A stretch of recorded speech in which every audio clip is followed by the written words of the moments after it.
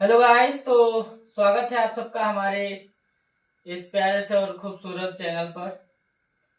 तो चलिए आज हम एक न्यूमेरिकल हल करते हैं। कक्षा 12वीं का ये फिजिक्स से है और ये प्रकाशिकी से है।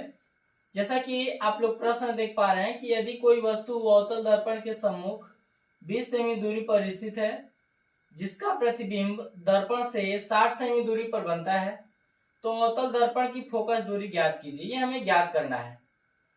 तो चलिए हम देखते हैं इसका सॉल्यूशन। और हमारे चैनल पर अगर आप लोग नए हैं तो चैनल को सब्सक्राइब करें, लाइक करें और अधिक से अधिक शेयर करें। चलिए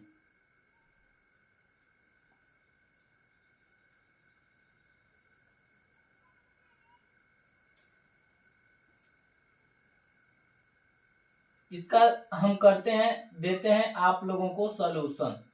इसको हम हल करते हैं। ठीक है। सबसे पहले आप लोगों को पता होना चाहिए कि जो गोलीय दर्पण होता है वो दर्पण का सूत्र क्या होता है। तो 1/f is equal to 1/v plus क्या होता है 1/u होता है। आप लोग जानते हैं, भली भांति आपको पता है इस सूत्र का हमें क्या करना है, प्रयोग करना है। ठीक है। तो 1/f बराबर क्या होता है 1/v प्लस 1/u। ठीक, ये हमारे पास फार्मूला है। ठीक है, ये हमारे पास क्या है, फार्मूला है।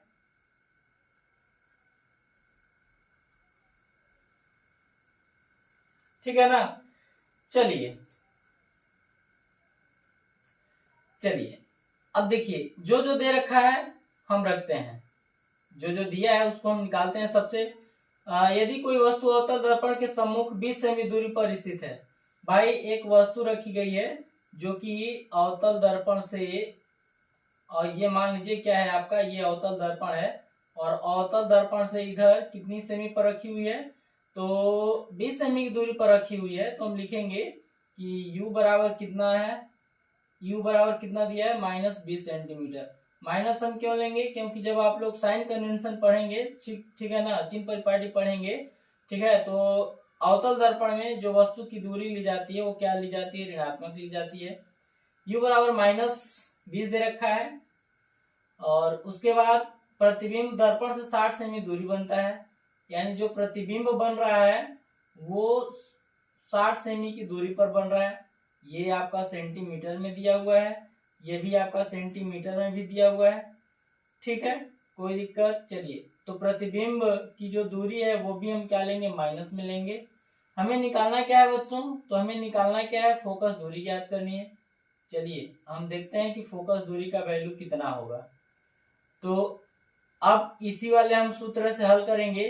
किस वाले सूत्र से, 1/4 sorry 1/f is equal to 1/v plus 1/u से हम हल करते हैं। चलिए, तो जो लोग चैनल पर नए होंगे चैनल को सब्सक्राइब जरूर करिएगा। हाँ, तो हम किससे हल कर लेंगे, हम हल करेंगे 1/f is equal to 1/v plus 1/u से। तो ये हो जाएगा f का मान ज्ञात करना है। 1/f is equal to 1/v, v का मान हम कितना रखेंगे बच्चों, -60 रखेंगे, प्लस 1/u का मान कितना है -20 है, इसको हम कोष्टक में कर देंगे। चलिए 1/f बराबर क्या हो जाएगा बच्चों, तो ये देखिए हर में माइनस है, इसको अंश में लिख सकते हैं, इसको -1/60 कर लेंगे, ये प्लस माइनस माइनस हो जाएगा। ठीक है, और इसको भी हम क्या लिख लेंगे, 1/20 लिख लेंगे।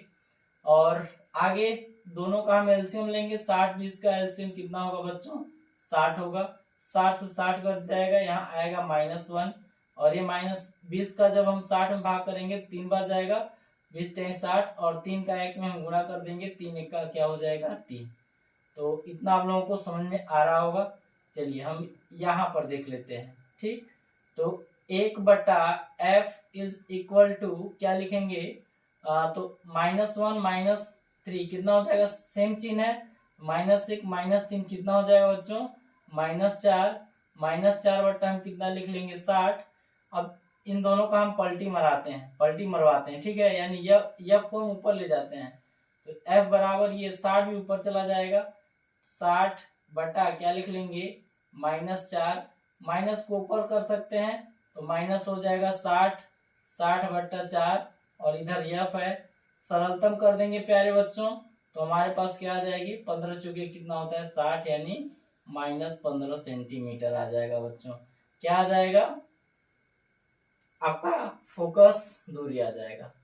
तो ये है थोड़ा सा, जिस तरीके से आप लोग हमारे चैनल पर ये वीडियो देख रहे हैं, ये अभी हम नए तरीके से बनाने का प्रयास कर रहे हैं, और जैसा भी लगे आप लोग कमेंट जरूर करिए। धन्यवाद।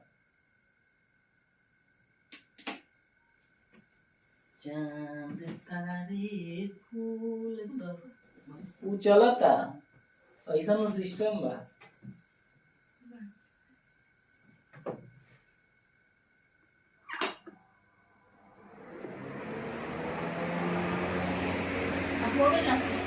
देख ला।